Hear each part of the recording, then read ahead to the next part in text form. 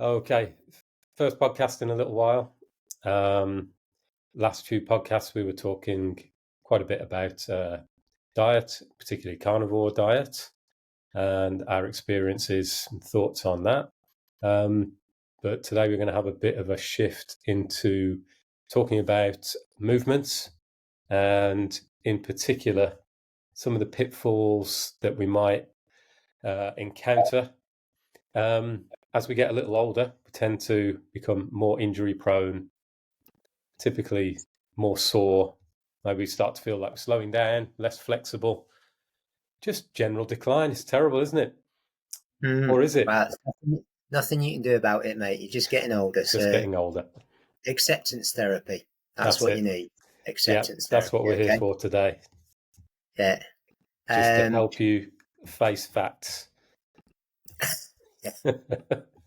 Give up now. Life is shit. Will be forever. In fact, it's only going to get worse. Look forward to being pushed around in a wheelchair. Yeah, the inevitable decline. So has that been your experience, playing the worst squash that you've ever played in your life at this point? Not the worst. I've had a little bit of a dip, but a little bit of an upturn. But no, I'm still, way above where I was years ago. Personal bests in the last year. I'm on court more often now than I have been in the past, and more injury resilient. Slowly working on getting more elastic. Being able to recover quicker and better, but it's taken a total shift, mindset shift, and also not just mindset shift, but also actually understanding why we become the way we become and what to do about it, and recognizing that the traditional models, whilst I wouldn't say they're totally useless, they're at the wrong time. They're going to be damaging in themselves. And I'm sure we'll get to talk about why that is. But no, certainly. What about yourself? Yeah, I feel like I've turned a corner substantially this year. So I have, in the last half decade, I think during my mid-40s, had quite a few problems and injuries. And quite a few of those started earlier and just gradually got worse. And that really tested my belief that that we can still be really athletic and robust as we're older. I've always thought that was true just by looking at examples that there are out there. I think I've mentioned on previous podcasts, I do like to look at some of the content that comes from Asian countries where traditional martial arts are still practiced, particularly stuff that comes out of China. And you see a lot of older people who are very active, not just active, that's not the right word there. They're athletic still. You see people in parks doing calisthenics, older guys and women doing gymnastic exercises on bars, still practicing martial arts. So that's one source of inspiration, and there's many others out there. There's lots and lots of examples of older people who are still very athletic. I believe I heard this recently that a 65-year-old, I've watched the video, haven't confirmed his age personally, but a 65-year-old has just run 100 meters in, was it 10.6 seconds? Yeah, something ridiculous like that. I saw that video as well. Yeah, it's crackers. Yeah, and I think I think culturally we've become conditioned to believe this is what happens. I have my thoughts, and maybe we'll explore some of those. But I don't know about you, my big movement realization came after I herniated my lumbar disc. I've been a personal trainer, I've been fit, this, that, and the other, and it still went pear-shaped. And then in trying to rehab it, following, physio's advice, recognised back experts, Stuart McGill, stuff like that, and certain things weren't working for me. And it was bizarrely a boot fitter, a ski boot fitter, who turned movement educationalist, Gary Ward, Anatomy in Motion. There was his take on things. He introduced me to fascia, which we'll get to, which I think is one major cause of what we're doing wrong, is not understanding the role of fascia in movement. And the other is understanding the brain and how to know what to do and how hard to do it, etc. That was the other thing, and we talked about that previously. And that was the Frankie Fairs and the gym movement protocol for me. And those are the two big things. And then coming across people like Feldenkrais and Hannah Somatics, the Alexander technique, stuff like that. So yeah, that everything's changed for me since then. And now I think the science is coming out to back that up. Yeah, I think the period of the last probably 5 years for me has been rethinking what I thought I knew. So, as I said, I had this belief that we can be athletic, but I started to run into all these problems. So, belief that we can be athletic into later life, but the stuff that I was doing that was not working for me any longer, and perhaps hadn't been working that well for a bit longer than I wanted to admit. So the last 5 years for me has really been exploring different practices of what I'll loosely call natural movement. So looking at things like, just to name a few names, WEC method, more gymnastic-based training, things along the lines of GOTA, some fascia-based training, a little bit of functional patterns. There's a lot of relatively unknown, unless you're quite well versed in movement and training philosophy, but relatively unknown methodologies that sort of fit into this mold, or what I'll describe as looking at biomechanics first, trying to figure out how's the body meant to move, how have we evolved to move, and let's try and train those attributes as a priority. Yes, we can do whatever we want if you want to do a sport, but perhaps doing a sport is not your primary goal, should not be your foundation. You need to have some foundational abilities. So that's my way of thinking about it, and where I've been focused for the last few years.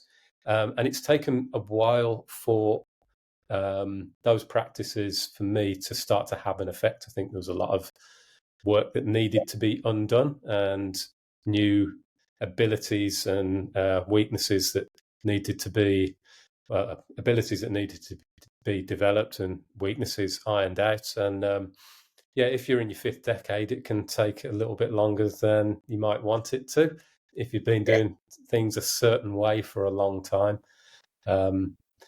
Yeah, so is there anything specifically, you mentioned quite a few things there. You mentioned the neurological side in gym movement protocol, and you also mentioned more the physical side with fascia. Where do you want to start with those two? Well, just a little plug as well. We're building an online group coaching platform, which is based around the principles that we're going to be discussing today. So if you do find them of interest, look out for more information on that. I'd like to take a step back first of all, from that to, you mentioned the way we evolved to move. And understanding, I think if people can get their heads around this concept, it will make their life so much easier. Certainly in the long term, maybe not in the short term, because you'll be frustrated with the way life is around you. But it's the fact that we have mechanisms in our body to renew and regenerate tissue in our body every day. Our body is working to renew itself, given the right opportunities, sleep, nutrition, etc. But we'll not go too deep into that today. But essentially, your body is trying to make whatever you do energetically easier, make it more efficient, because from an evolutionary perspective, energy was scarce, and therefore it was a great advantage to be not use a lot of energy for whatever you did. And if that was explosive movement, like a kangaroo, you develop elastic tendons, which allow you to jump a long way. which is interesting because we have a similarity with our Achilles tendon, which allowed us to run very economically compared to other animals. So if you can understand that it's what you do on a day-to-day basis that influences how your body develops, we'll start understanding, okay, what we need to do, and that's basically shape an environment which encourages varied movement of different types, many different types. But then also understanding where modern science is on our movement and understanding the history of how our exercise seems to have come through this gym-based idea. Now that is broadening out now. We have a lot of different models coming out, but your basic gym qualification still comes out of learn the muscles, learn which machines exercise which muscles, and you'll typically be sat down in that machine. And this comes out of the economics of the business of running a gym.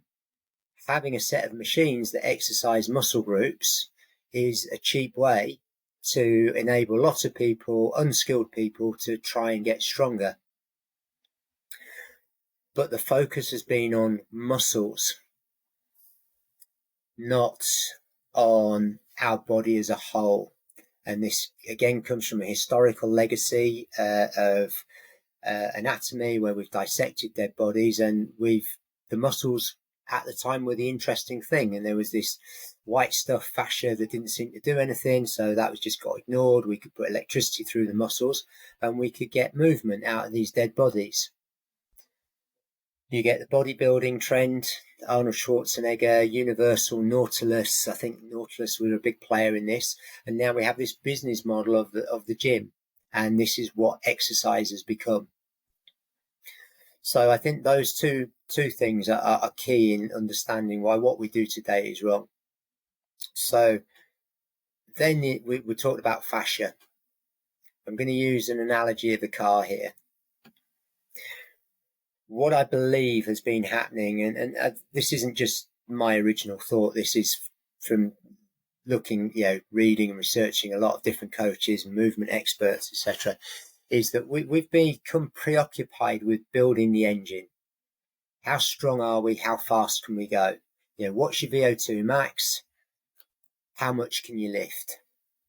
And we've focused on building the performance of the engine. The problem with that is, if you can take a Formula One car or a Ferrari engine, but if you put it in on the chassis of a Robin Reliant, only fools and horses, the Trotters, three-wheel Robin Reliant, you fire up that engine and the car's going to fall to bits. It won't be able to handle the power of the engine. The other thing about our performance capacity, strength training is very linear.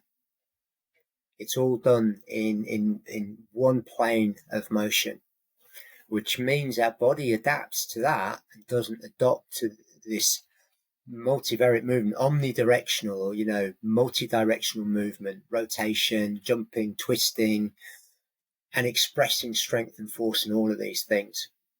So we have a living environment, predominantly sitting for the majority of people in the industrialized world. Their body is adapting to make that easy. What exercise we are given from a body point of view is focusing on the wrong thing. We're focusing on building the engine, but we don't have a chassis that can actually cope with that engine. Can I give a quick example of that might make this more tangible for people? So from my own experience, strength training has been a big part of what I do for a long time. And that has been strength training to be better at something else. So strength training to make my football better, make my martial arts better. So it's a supplement, in theory, to those things. And from a longevity point of view, I think most people are aware that they need to maintain strength and a reasonable level of muscle mass. So the typical movements that I've done would be the classic movements, things like squats and deadlifts and presses and pulls, standard stuff, whether you're using a barbell or a kettlebell or a machine. Broadly speaking, these things are quite similar. There are differences. Um, so the problem I started to run into was calf injuries, lower calf around the tendon area, the Achilles tendon, peroneal tendons, and it's exactly this example you're talking about of putting a big engine into a chassis. Think of a supermarket trolley with its wonky wheels. Um, those are my calves and feet pointing in different directions, unstable, but with a big engine from all the squats and deadlifts that I've done. So as soon as I ran, as soon as I was in an uncontrolled environment, the gyms are being a controlled environment where the movement you're doing is very limited. As soon as I ran or I played football or something, the amount of power coming from the hips and the quads completely outmatched the strength in my feet and ankles. So I obviously got these calf, foot, ankle injuries all of the time. So that's just to make this a tangible, simple example of what you're talking about with putting too big an engine on top of a weak Yeah, chassis. yeah. And I was the same. Shoes and feet. I think we'll definitely touch on feet at some stage. And every time I was running, I was getting calf strains, Achilles problems, stuff like that. Wasn't tired. I'd maybe run 100 meters and my calf starts hurting. So something was wrong there. And I think back when you look at every creature on this planet, and including humans, for humans that got to play as children. I've got this book from Bill Parisi, the practical application of fascial aware training. And one of his realizations, or one of the other contributors in the book, was like they were coaching these youth basketball teams, and they were seeing phenomenal levels of athleticism. And you mentioned that you did weight training to help you get better at football and martial arts. Well, these kids could jump and run and twist and turn and decelerate, fall over, get back up again. They'd never touched a weights room, never lifted a weight, never been in a weights room. They just played basketball. They play. Kids, when they run around, they run around, they wrestle, they fight, they jump, they climb trees, they ride bikes, they play tag, they play bulldog, and it just, they do all sorts of things, and they just become naturally athletic. And I think the top sports people who've managed to take on board the new S&C sports strength and conditioning science, which is still a relatively new science, the ones that have survived to be and stay injury free are the ones who had really good chassis. They had this adaptability, resilience, movement, good range of motion, flexibility, elasticity. They could move well in many different arenas. And indeed, when you look at the sports people of old, I mean, you're going back to my era, like Rob Andrew, cricket and tennis, JPR Williams, tennis and rugby, Ian Botham, cricket and football, the decathlete, Daley Thompson, football and the gold medal at, trials for West Ham and football. They did multiple sports from young on. And so they were very adaptable. They had a fantastic movement, vocabulary and grammar in my mind. I like that analogy. They got loads of words, loads of letters in their alphabet, loads of words that they could put together and then put together in sentences in a really skillful way. And we just seem to be creating an environment now where that becomes less and less possible. Yeah, you're really lucky now if you get to go out as a child and run around in the woods. Now, we could say that there's fairly obvious reasons for that in terms of the fear of safety, etc. But I think we've gone too far with our fear factor. And if we do believe that's a legitimate concern, we have to find ways to give children that free opportunity to play. Okay, yeah, I'd love to give an example here, which I think will set up what you're going to lead into with talking about fascia and fascia-based training, connective tissue-based training, muscle-based training. So I recently spent some time with family, with my nephews who are 12 and 14, and my brother and I, we're similar age, around the 50 mark, went on a hike with my nephews, my brother's sons, and we went up some quite steep hill that steps all the way up. And I'm a hiker. I'm quite used to going up these types of things. But the boys, the 12 and 14-year-olds, were ahead of us the whole time. My brother's also pretty fit, and we were looking at each other and thinking, "Wow, okay." The boys are just chatting away, walking up this really steep hill and getting to the top before us, looking back, thinking, "Where are those old guys?" And we're pretty fit for our age. And I was thinking about what's the difference between how they move and how we move. Yeah, And I hit upon something a little bit later because a few days later, I went on a bike ride. Um, Again, my brother and myself, and just the younger of the two boys, who's 12. And we were cycling up a hill. And going up the hills, the older boys, we were able to get up there, no problem. But the younger one, the 12-year-old, really struggled. So what's the difference here? So my brother and I, we've trained all our lives. And from a muscular point of view, reasonably strong. And clearly, the lad who was struggling a little bit to get up the hill, he's fairly new to cycling. It's quite a new thing to him. He's not as strong as us, hasn't got as much leg strength. If you think about these two different movements that we're doing, when you're on a bicycle, there's no bounce to cycling. It's purely muscular effort. And this is a lot of the type of stuff we tend to do in gyms. We tend to do training that favors muscular efforts, slow movements with weights and this type of thing. Whereas when we were all walking up the hill, the boys had a bounce to their step. They're not using a lot of effort. There's got a bit more youthful spring than my yeah, brother and I, in our fifth decade. Or yeah, it might be actually technically sixth for me now. So yeah, the difference I think here was that they are essentially more connective tissue or fascia dominant. They're using spring. There's hardly any effort in what they're doing. It's like the muscles are loading the connective tissue, and each step is just a bounce. But when it came yeah, to an activity where there was no bounce, cycling, we were actually a little better, the older guys, because we were a little stronger in our muscles. So I think that just highlights what's going on with people, that people who are active and are taking an interest in the kind of training they should be doing for longevity, we're typically emphasizing this muscle-based strength, and we're losing this spring and bounce. What do you think of that, Mike? yeah. No, I agree with you totally. What I wanted to do was just, I'm aware that when I talk to people locally, a lot of them still haven't heard of what fascia is. So I'm going to get up a picture, just to give, I'm going to share screen now, just very quickly, if I can do that. Um, so hopefully you can see this, and can you see that? Yeah, that's come up.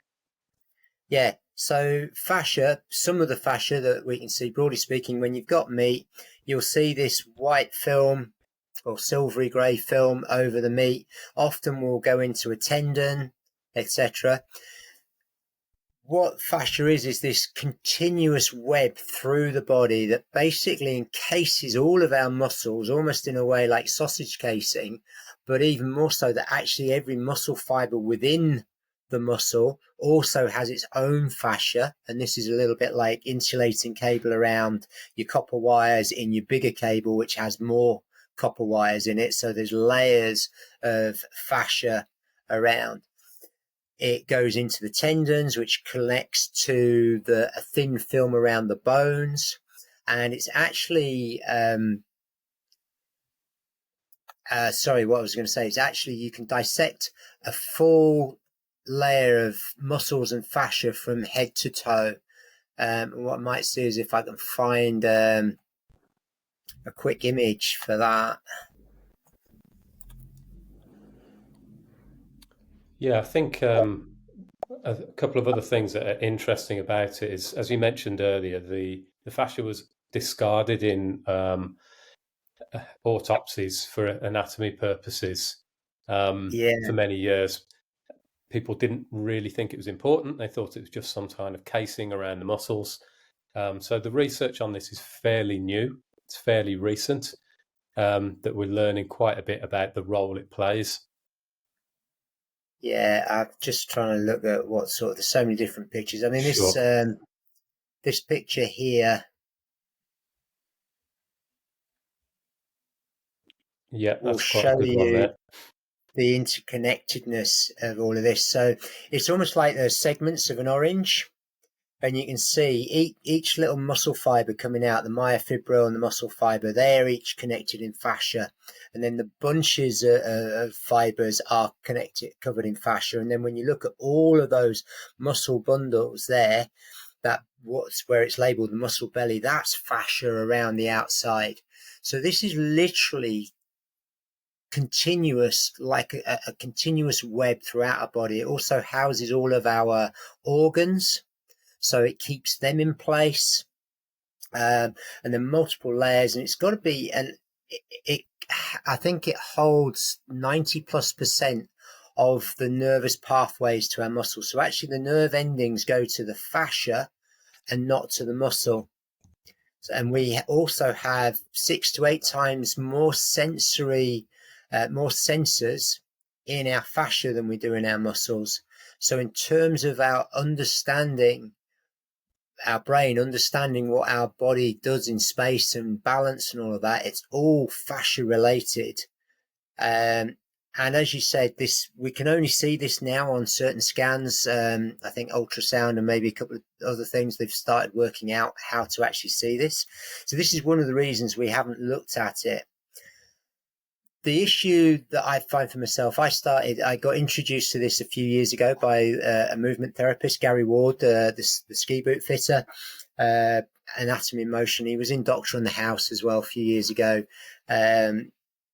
So for me, a genius movement therapist. He had me walking, and I had to sit for hours and hours or lie down, and he had me able to stand and walk and sit again for hours just by shoving me around and manipulating my fascia. And he showed us movements to do that. And I think there are a variety of researchers and movement therapists around the world who have been looking at this. Martial arts and dance, in a way, almost it's part of their natural training to develop this. So if you look at Tai Chi, one of the ways of developing fascial strength is slow, controlled, fluid movement. And the typical Tai Chi thing of just moving slowly through space and with balance and control and poise, that's a way of developing. Plyometrics, we have it in our strength and conditioning, traditional stuff, the bounce stuff, etc. But if you think about running, skipping, hopping, jumping, the way kids play, that's developing our fascial ability. We stop doing it, don't we? We stop doing it. You know, if you Yeah, don't play sport, you sat in a classroom, well then, and if you don't run around in the playground, so you actually stop developing your fascial capacity as a child, because that's the way we push you. You know, we put you in desks and seats, training you for the office environment, and you basically start adapting for a life of sitting. And a life of sitting is, unfortunately at the moment we have to do that for many jobs, but it is actually damaging our bodies. And this for me is one of the primary reasons we are getting old and stiff and achy, is because we're not using the body in the way it should be. And that's very much determined by our environment. So we've got subtle to do with the exercise in a way, or it could be, we could alleviate so much of this by changing how we move in our environment, how we rest in our environment, how we get around, all of those types of things.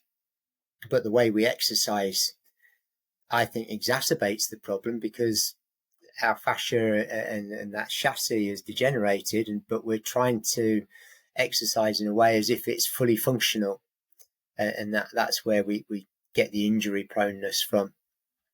yeah. I think to take it back to a layman level, if you never even heard the word fascia, you could probably still appreciate that there's uh, myriad, infinite numbers of ways that we can move, and the way that we move is going to stimulate the body to adapt to that movement.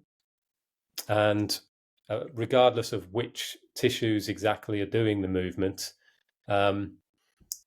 If you do a certain type of movement, you're probably going to get a little better at that type of movement. But what tends to happen is the older that we get, our movement palette, the number of things that we do, tends to become narrower and narrower. So even people who are very proactive or believe that they're doing their best, they might actually just be falling into a gradually narrower selection of movements. So if you think of somebody who runs for fitness and for health, running's at a moderate pace is quite a limited movement. If all you do is you run forwards, you don't even run very fast, so you don't actually even stretch the muscles that much because the stride length is fairly short. And if you look at people who are quite committed runners, they might have really good cardiovascular fitness, maybe. But they could be lacking a lot of other things. They could be lacking general mobility. They could be lacking strength.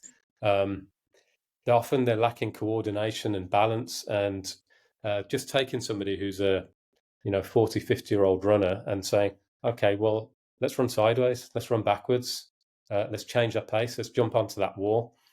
It's amazing how some of these guys who are cardiovascular wise fit are really, really unable to do some of these basic things that a child wouldn't think about twice. Jumping onto a wall that's maybe a foot or two high for a child is no big challenge at all. Yeah. But you can lose, it's the old use it or lose it phenomenon. So that would be the sort of simplest way that I could think about this. Going back to what we were talking about at the beginning, we were talking about age and is decline. Let's try to answer this question to some extent before we get into specific methods. Is decline just inevitable with age? The way I would look at it from a high level would be there's a cycle to our life. We grow at a certain point. We maybe reach a peak whenever that point is, and then it looks like there's a slower decline that happens as life goes on. Maybe that's arguable, but let's assume that that's true for now, to the best of our general understanding. Nobody's living forever yet, though people are working on it. But within this larger cycle, there's many smaller cycles of growth and adaptation. So you mentioned at the beginning that we adapt to our environment, we adapt to what we do frequently. If we sit down a lot, our bodies will adapt to that. If we bring in something new, whatever our age, we are going to adapt to that. Now, a younger person, a 20-year-old, might adapt to a new way of exercising a lot quicker than a 60-year-old, but a 60-year-old is still adapting. And I think what's unfortunate is that many people will get to a certain age where they just believe that no progress is possible for them anymore. And that might not even be very old. It might even be in their 30s. And the science doesn't back that up, and we can find all sorts of anecdotal examples of people who clearly dispel that myth. So the science says that our cells are regenerating every day, and we can essentially, if you imagine this fascial, I like to call it an inner fascial wetsuit. It's an analogy I've heard used by other coaches, and we have this fascial wetsuit, and we can totally replace our existing fascial wetsuit in the space of 7 months to maybe 24 months if we do the appropriate movement practices. So we can redevelop that. We've shown that. We've started showing the types of exercises we're doing on some of our Instagram posts. I'm getting more bouncy. My squash coach said to me 2 weeks ago, I've never seen you move with such bounce in your step. What's going on? Now I overdo it at the moment, so I'm not bouncy every day. And that's one of the issues, is overdoing it. But yeah, I believe we can get more elastic as well. We know we can get stronger.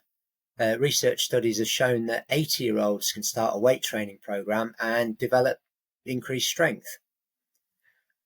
The issue for most of us is that we're developing that increased strength on poor fascia, a poor fascia wetsuit, a poor chassis. So that's where I believe we need to change focus on that, and that the focus also the effort that we need to put in and how hard we work needs to put in.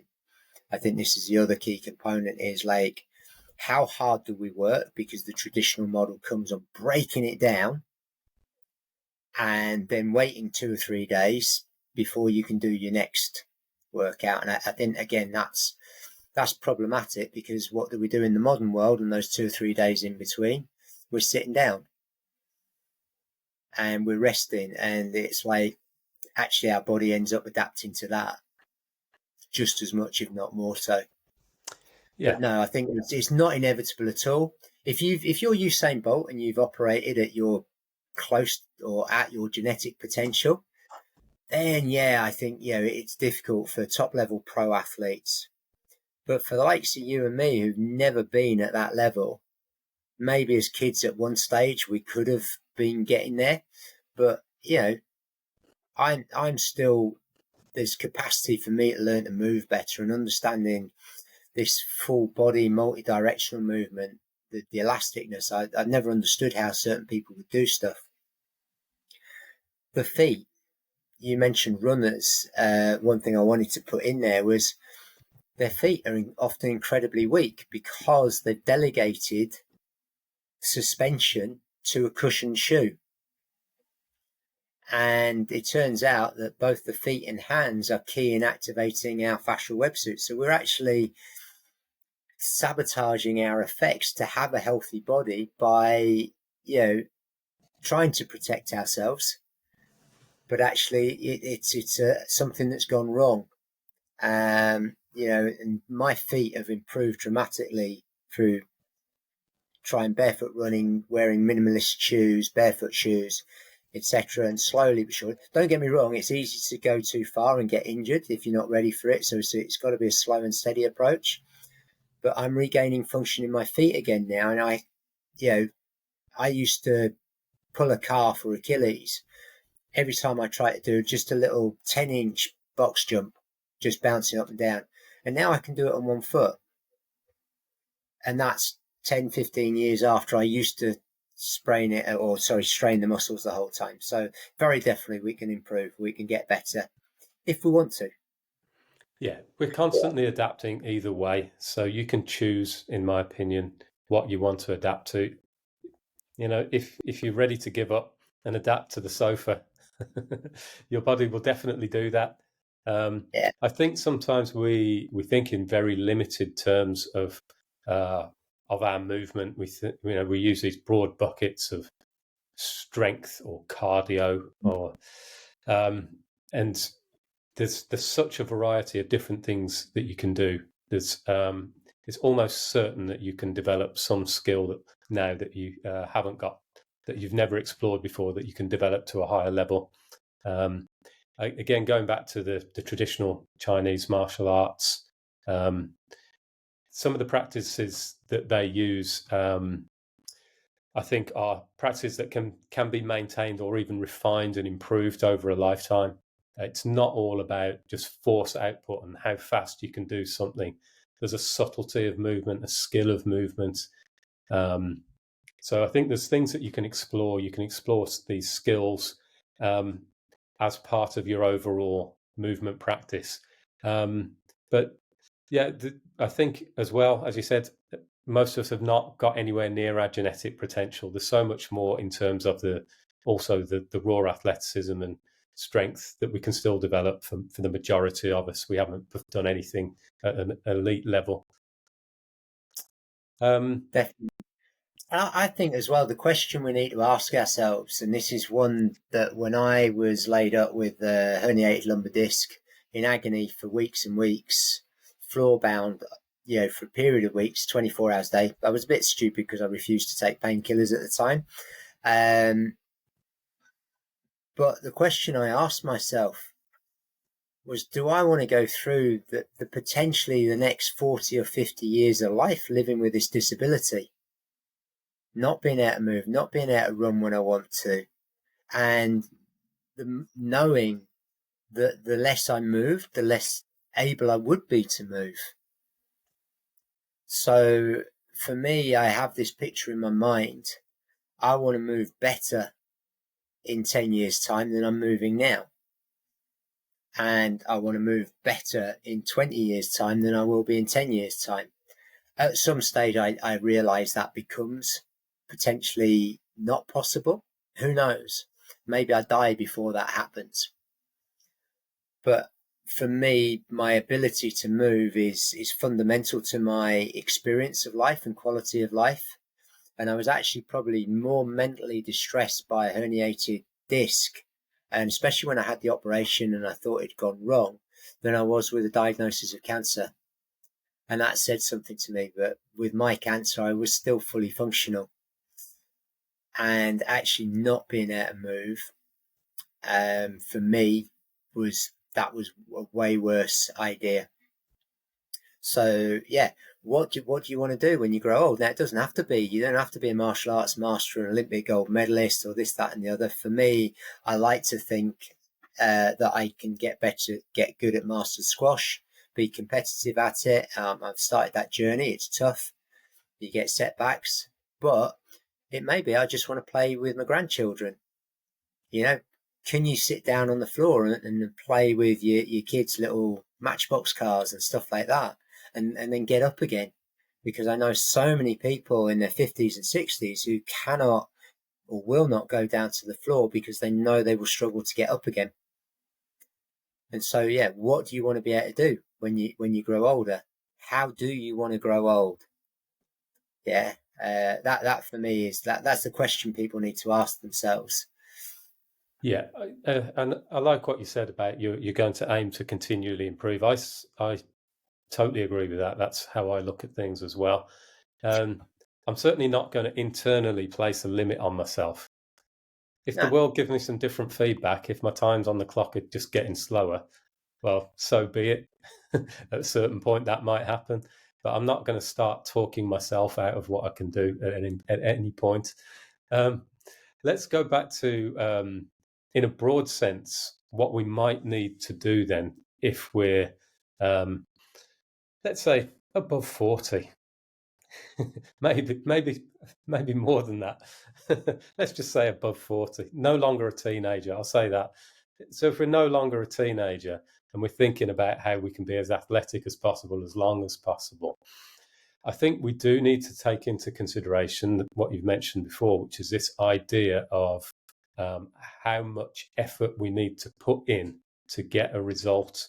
So broadly speaking, most training practices that people are doing are based on the idea of super compensation, or in layman's terms, no pain, no gain. So we've got to do something that's difficult, whether that's something cardiovascularly difficult like a run or lifting something heavy. We have to do it to the point where it's uncomfortable and we're exhausted. And then in the days that follow, the body will bounce back stronger.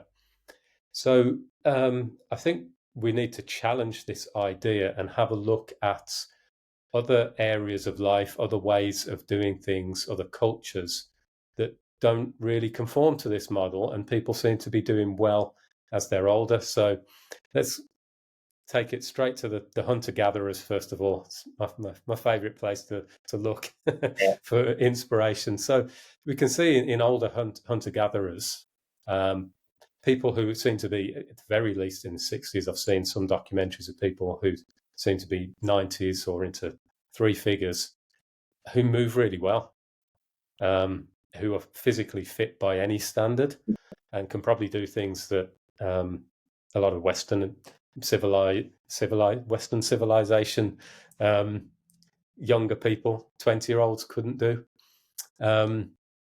So there clearly are examples of older people who can move well, and that have never set foot inside a gym, that have probably never done anything on a no pain, no gain basis.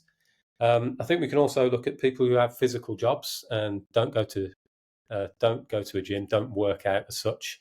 Maybe in cultures where there's still more physical work going on. it's very unlikely that if you're a farmhand, you're going to stack bales of hay for reps as fast as you can. The farmhand's not going to be picking up those bales of hay until his muscles are exhausted, because he knows he's got to do it again later on that day or the next day or the next day. And people who are taking this very different approach to movement, they're just trying to be efficient with what they're doing, moving in small doses frequently, seem to be doing a pretty good job of maintaining their physical abilities throughout their life. I'd agree totally, and I think we've had this bodybuilding based approach to strength training for a lot of people. Is like train to failure, and even just for pure strength training, you're lifting heavy. And what this does, it bypasses the ability to get our fascia to contribute to the strength we're doing. We need to take a step back and do things with the least effort possible. And that in somehow allows our fascia to play its role. And if you imagine that in a wetsuit, just compressing enough to give you a bit of springiness, and if you stretch something away, it's going to snap back to allow you to help lift something. If you stretch something elastic, it will help lift something. So that the effort that we're putting into stuff, and we're going too strong initially, I think, and we can do things a lot easier, which are a lot less painful, intense, and actually much more enjoyable to do.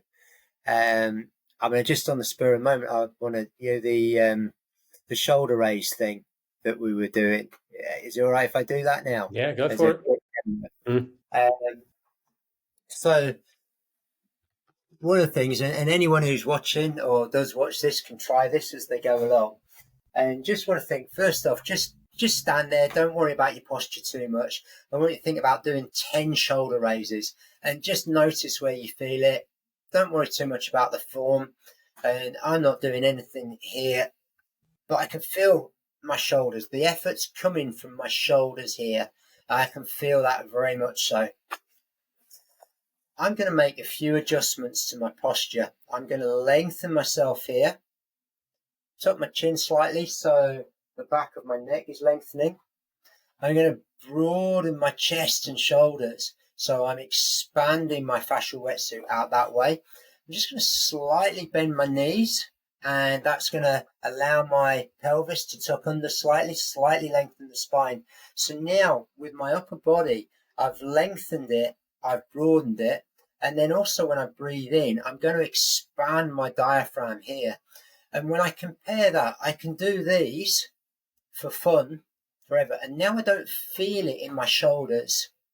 Now, it's obviously difficult for you to see that, but I'm talking here. There's no effort going on. And it just feels like it's almost an inertia machine, like perpetual motion machine. Okay. So I started off doing these 10 or 20, and now I'm up to doing 100 at a time. And by the end of that, I'm actually feeling quite invigorated. Just that one little thing that we're doing. And that's something that you can do in a minute or two when you wake up.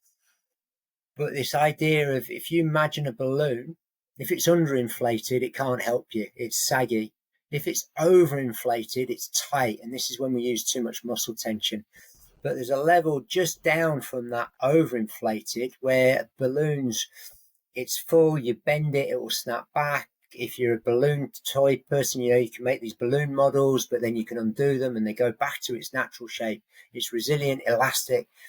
That's what building this fascia wetsuit is like. You're just slightly inflating yourself, and it creates this elastic potential. It's actually, you get stronger by being able to lengthen yourself in various dimensions.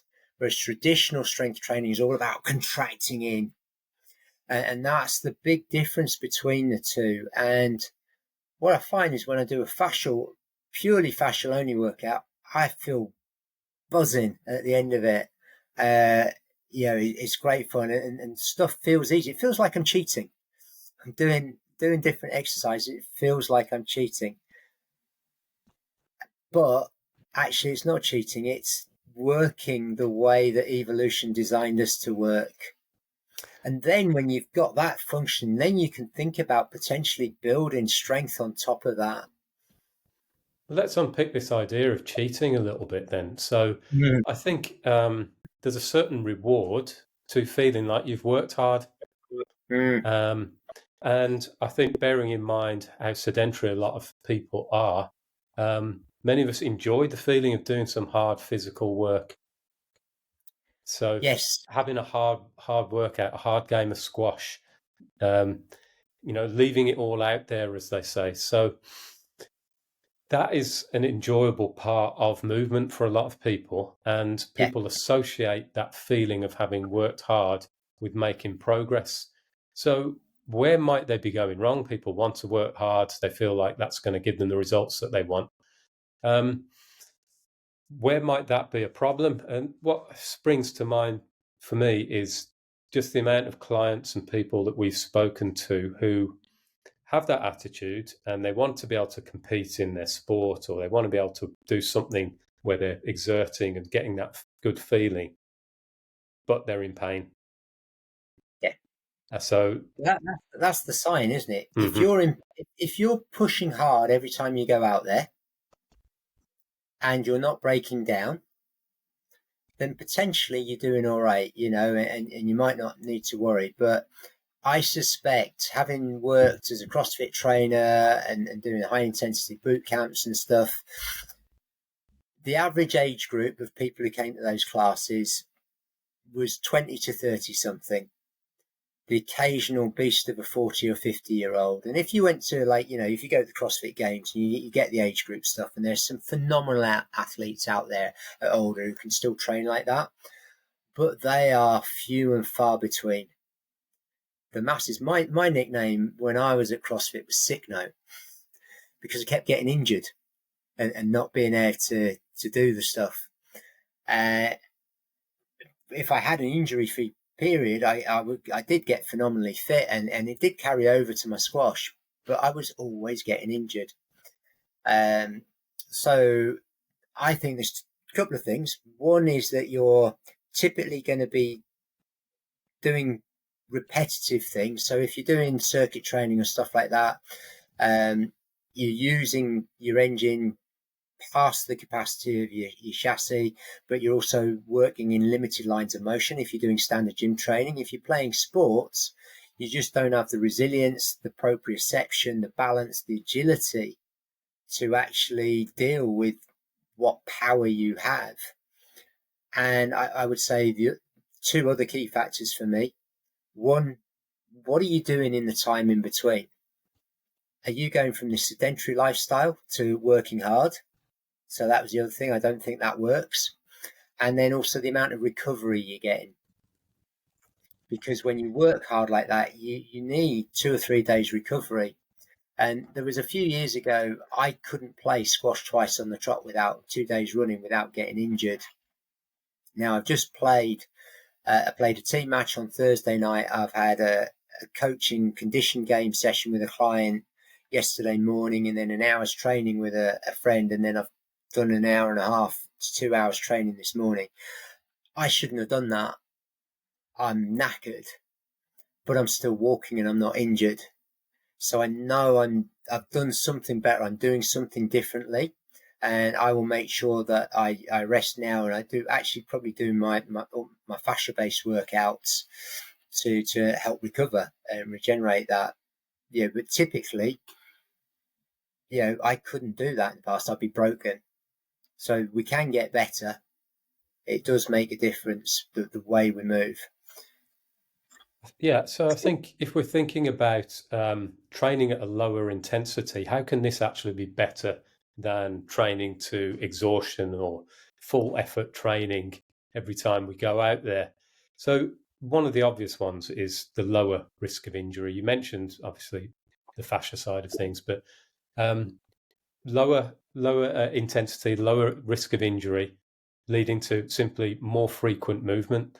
So every Yeah, time you get injured, you're out of action for a while. And I know from personal experience, I've been in this cycle of you make some improvement, you get injured, you lose a good deal of that. Then, it's just peaks and troughs, peaks and troughs. If you can avoid those injuries, you can just make slow, steady progress. You just get more quality movement in over a long enough timeline. So it's simply a matter of staying in the game longer. Yeah, Also, I think we think about things in slightly limited terms in terms of muscles getting stronger. Um, there's not just the muscles, there's the connective tissue, the fascial adaptation, the nervous system adaptation. So even lifting a heavy weight is not just down to the mechanical strength of your muscles. It's also the ability of the nervous system. So if we start to think about even something that seems so simple as a squat or a deadlift, if we start to think about these things as a skill, and other movements as a skill, perhaps running as a skill. Perhaps running isn't just about how much oxygen you can intake and circulate to your muscles. There's a skill element to running. There's a skill element to every type of movement when you start to think about it.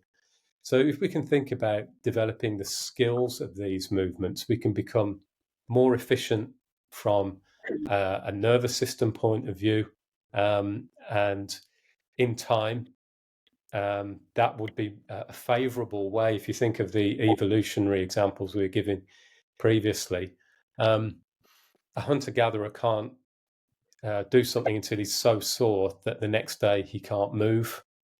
So if you think of compare that to how we train now, people will hit the gym, work their back and buys or whatever they do. Then the next day, those muscles, or even for the next week, are severely reduced in their ability to do something. I've been there where you didn't want to help a friend move some furniture because you trained deadlifts the day before and you're too sore. You're the gym guy who's actually quite weak and fragile. Um, so there's a lot of different advantages to this lower yeah, intensity training, and to me, it's just a more natural way to look at our movement. yeah, definitely. We end up moving more. I've seen a couple of different things. They did a TV thing where they got one family to do an intense hour-long circuit training session, um, then see what they did for the rest of the day. They had one family who did housework and another family that did something else. And the family that did the hours intense circuit training actually expended less energy by the end of the day than the other two families because they were knackered and they needed to rest. And it's not we, we're not designed to do that. Yes, we can get great short term gains from doing that, but it comes at a cost. And I would say, like yourself, work within yourself, work to develop the skill. So an example, a system that we'll mention, gym movement protocol that I've used with my clients, is you basically train people at getting good at what's easy. And essentially they get better at doing stuff that's easy. So I'll give you an example, a deadlift example. I had one client, we started off, we reckoned that actually he could do a set of somewhere between 5 and 10 reps at 60 kilos, which was relatively straightforward for him. Could have lifted much heavier at the time, but we went with, okay, we're going to work these deadlifts whilst they're easy. And we'd work that, and he did that, and we did it for 5 minutes. And I think he got to 30 odd something deadlifts. So we do them in sets. You maybe do 5. Okay, that's enough. Go again. Within 4 sessions, he was doing more than double that at 70 kilos, but never felt like he tried. And it was what you were saying about, for me, there's developing the skill, the neurological gains that come from that.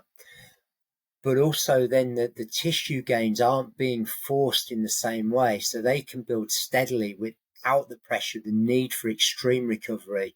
This idea, all these protein shakes have got to be consumed within 2 hours of exercise and all of this sort of stuff. It's all a total myth from what I've come across. But we push hard, recover hard is sort of like, but we don't recover well. I was the world's worst for this. I exercise loads so that you can eat and drink and eat and drink to my heart's content. And well, how much of my gains did I absolutely destroy because of the way I was then eating and drinking? And I've noticed that now. I drink far less, and I very rarely drink after I've trained hard or had a hard squash match, because I actually need the body to recover to realize the gains from that. If we don't get into good recovery within the first 36 hours, the likelihood is we won't benefit from that hard workout. And that comes out of heart rate variability research from Joel Jameson on 8 weeks out. And it's like, oh, bugger, no wonder I'm prone, because you think, oh, I've got to work harder. You push yourself. Don't. Just take it easy. Get good at 50%. If you can lift 50 kilos at half your effort, but that goes up to lifting 70 kilos at half your effort, your top one's gone up from 100 to 140 kilos. Do we need to test that occasionally? Yeah, I think we do. And especially if you do sports, you have to go to the well and get down to the bottom of that well every now and then. But if you do it too often, this is why professional sports, it's a short career. Yeah, there's no thought of long-term health in it. I'm certainly not saying never push yourself. It can be enjoyable. It can be beneficial for other reasons. Testing yourself mentally, testing your character, bonding with other people when you do something difficult together. There's a lot of benefits for pushing yourself Yeah. hard. But every session, I don't think that's really sustainable after a certain point. And I don't think it's necessary either. I don't think it's the best way to do things. I'll give you two personal examples of that. One's a guy I know through team squash, and we had a conversation probably about 4 years ago at the county closed championships. Now, neither of us are like championship squash players. We're mid-level club players. He has to wear knee braces the whole time. The strapping around the knees and stuff like that. And his squash was just on its way downhill. Mine was slowly going up, and we were chatting about it. And I just said to him, it's like, Paul, there's a couple of things. I mean, I knew he had a really tough job. So he did shifts. He had a late shift, 3 in the afternoon to 3 in the morning. And so that was a big compromise for his ability to recover from what he was doing.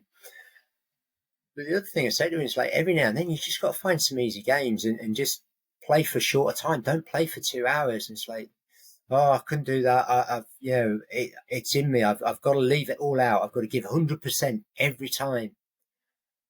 And I said, sort of maybe cruelly at the time, well, how's that working out for you? Because you're talking about giving up squash and you just turned 40, and now I get it. Mentally, we've had these things drummed into us, and it wasn't our fault. We didn't get to choose what type of attitude we got. But at some stage, you have to realize whether that attitude is helpful for you. And if you're having to give up athletic movement at the age of 40 because you've got no cartilage left, you can't move, you're continually injured, you can't afford the time off work, maybe it's time to rethink the way you're doing things. But I would say you don't necessarily need to give up. It is a mindset shift, and hopefully you realize before that, and a lot of people do. They calm down, this, that, and the other. So that was one. There was another, a swimmer I met swimming, and he was class swimmer, but he'd been told by his doctor he wasn't allowed to go fast. He'd done swimming and running, and he always gave it 100%. He needed a pacemaker because he basically buggered his heart. And so now he was swimming with the old ladies every now and then in the swimming lane because he wasn't allowed to go any faster. And mentally that took a toll on him. It took a long time to work his head around that. And we're not indestructible. I think we did a podcast talking about Mark Allen and his look after our health as well as our performance. Train at a lower intensity, test yourself every now and then. Yeah, I think with these attitudes are quite heavily conditioned into some of us, and we feel good saying to a friend, I do X, I do Y, I leave it all out there every time, like your friend said, or I train this many times a week. I can fast for 48 hours.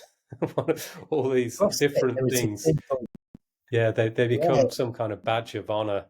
Um, but If yeah, you throw up after a workout, we used to like be proud if we'd thrown up. mm, CrossFit, they had rhabdomyolysis, which is this severe breakdown of the muscles, and it was almost like a badge of honor if you could get as close to that without it actually happening, because it could kill mm, you. It was mm-hmm, like it was talked about as this bad thing, but someone's like, oh wow, it's like that's pushing yourself really, really hard. mm. I don't know whether it's the Viking mentality in this country, because we've obviously got a big Viking legacy in our cultural history. Um, Death and glory on Mm-hmm. the battlefield. Could be the Protestant And work ethic. It could yeah, be that as any well. number of things that have influenced us that to think that everything we need is just on the other side of some good of some hard work. But hard work's a tool. It's a tool in the box. I think from a life point of view, you have to figure out at some point that you've got to do things that you don't want to do, and sometimes you do have to just push through something that's not enjoyable to get to where you want to be. And most of us are better off having that skill, but it's not the only way to get things done, whether And that's I think from a movement key point of thing, view or life in general. key thing you said there is, if you're going to where you want to be. A nice saying I came across in a Feldenkrais book is like paddling harder is no good if your boat's pointed in the wrong direction. And I think it's often a case of we don't know where we want to be, or we just have this short term picture. Yeah, we're training for the London Marathon or the local 5K or whatever it is, or the squash tournament, and it's all out for this one event. But actually, once that event's gone, you've got the next one, you've got the next year, and what is it going to be like? So I'll ask my squash clients, I'm all for getting you better now, but have you thought about your squash career 5, 10, 15, 20 years time? And you know, maybe if you're up for it, start thinking around that. How do you develop to play squash at 70 rather than let's just go for this month's county championship or whatever stuff. So it's unusual for me, having been diagnosed with ADHD, to take such a long term approach. But actually, it's just far more enjoyable because I just don't hurt as much, and I actually get to do way more over time. This might be a good place for us to wrap this up, unless there's anything else you want to add. But I think we could get into some more specifics of what we're doing, what's worked for us, maybe on another episode. If anyone who's watching this or listening to it would like to hear that, let us know. And we could dig I'd into that a also, little bit more on the next episode.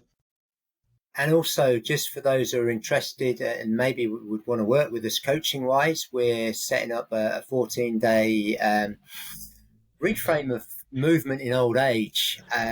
This will be coming out within the next few weeks. We're not 100% sure yet, but we will be touching on some of the principles we've talked today, and looking at how do we develop lifelong youthful movement